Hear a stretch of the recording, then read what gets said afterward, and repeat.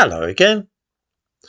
Nothing makes liberal and progressive people more uneasy than seeing a place full of white people with very few black faces among them. It doesn't matter if this is a festival at Glastonbury or the opera at Glyndebourne, hikers in some national park or the visitors to a London museum. Having all those white people crowded together just looks plain wrong to some people in this country. It smacks of exclusion and white supremacism, and something has to be done to break it up. That in the process it is our cultural heritage and very history which is being smashed up makes no difference to the ideologues behind such schemes. The important thing is that white people should not be allowed to gather together anywhere unless it is possible to ensure that lots of black people can somehow be pushed into the space with them, so that they too can take part in whatever it is that the white people seem to be enjoying. Usually, of course, nothing is excluding black people, other than the fact they don't care all that much for whatever the activity is. In that case, the activity itself must be either stopped or altered out of all recognition so that black people will want to take part. This is why the English National Opera has been told there will be no more funding unless they move out of London. It is rightly guessed that because most of the people who go to the Coliseum in St Martin's Lane, where the ENO is based, live in and near London, this will have the effect of destroying the English National Opera entirely. The motive behind this piece of cultural vandalism is that it has been noticed that black people do not go to the opera as a rule, and that means that it's not inclusive enough. Forcing the opera to relocate to Manchester will effectively mean the end of it. It is our museums, though, which are at the forefront of this cultural revolution, which reminds one indeed of the 1968 Cultural Revolution in China, when the Red Guards smashed up anything which they were incapable of appreciating or understanding.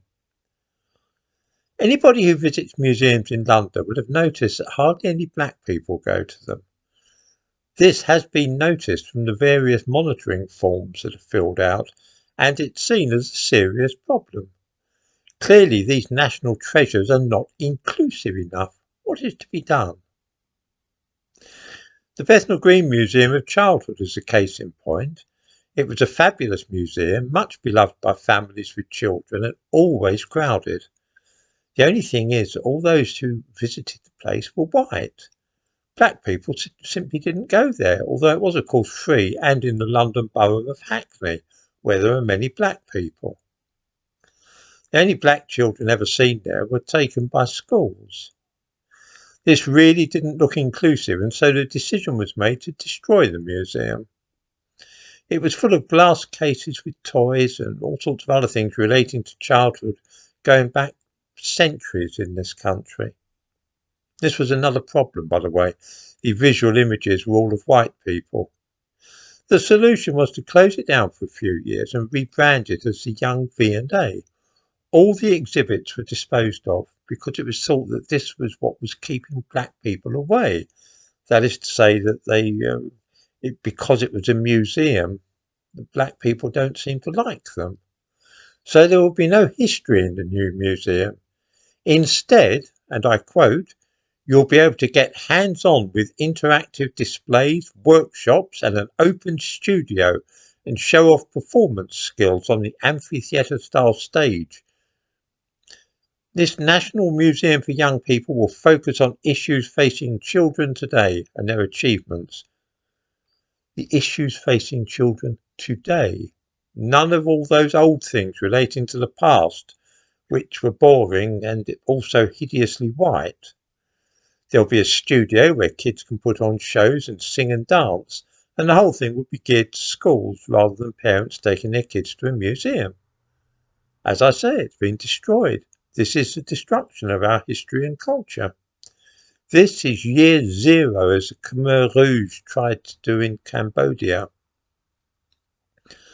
The same is happening in the Wellcome Museum in London, which appointed a graduate of the East Ham College of Technology as director. She's now decided to scrap the permanent exhibition there about medicine because it's racist and sexist.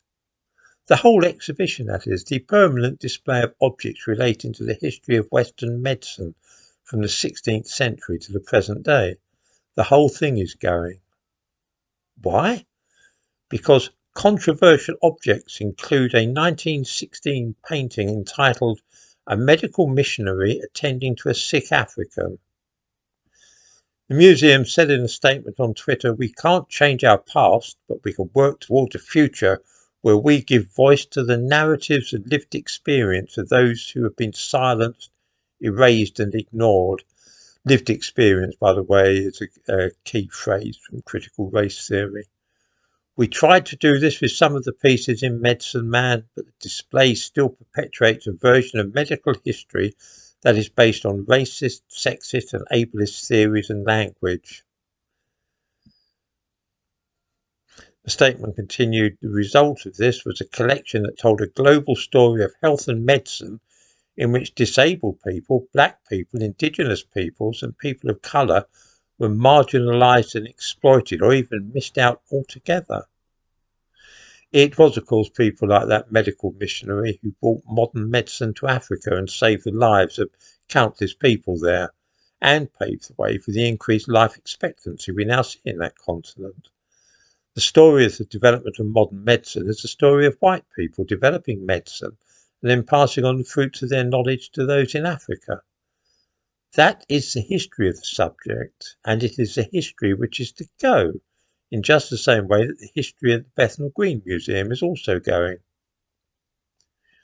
Make no mistake about it, this is an attack on our culture and our history. It is being deliberately engineered in the name of progress, which people often say when they have something monstrous in mind.